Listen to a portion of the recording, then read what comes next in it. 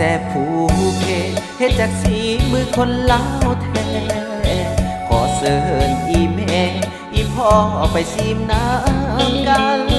รสชาตินุ่มหอมถึงตอกหลักอนามัยทางการอยู่บ้านเผาเด้อทางห่างเขาจีผู้เพชรแซ่บหลายได้กายได้พาขอเสิร์นทานโอดนุ่นซอยซื้อผลิตจากสีมือผู้เพชรสาวเก่งคนสร้างน้ำใจดีงามสู่สดสร้างพัฒนาสื่อเสียงโด่งดังก้องฟ้าคนลือสาเขาที่แซ่บผู้เพขอบใจเด้อทานที่มาห้านอุดหนุนซอยซื้อขอสิ่งศักดิ์สิทธิ์จงคุ้มครองพี่น้องทั่วหน้าขับขี่ปลอดภัยมีแต่สุขลาภสัวกาลนามีอยู่2 สาขาอยู่บ้านเผาและหน้าตลาดโพนโฮมเขาจีแซ่บผู้เพเฮ็ดจากสีมือคนลาวแท้ขอเสิร์นอีแม่อีพ่อไปซิมน้ำกัน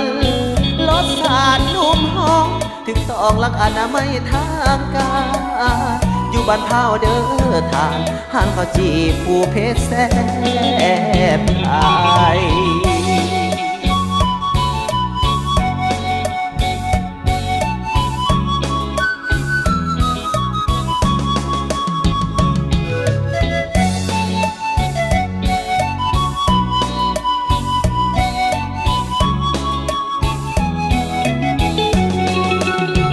ขอบใจเด้อทานที่มาห้านอุดหนุนซอยซื้อขอสิ่งศักดิ์สิทธิ์จงคุ้มครองพี่น้องทั่วหน้าขับขี่ปลอดภัยมีแต่สุขลาภสัวกาลนามีอยู่2 สาขาอยู่บ้านเผาและหน้าตลาดโพนโฮมเขาจีแซ่บผู้เพเฮ็ดจากสีมือคนลาวแท้ขอเสิร์นอีแม่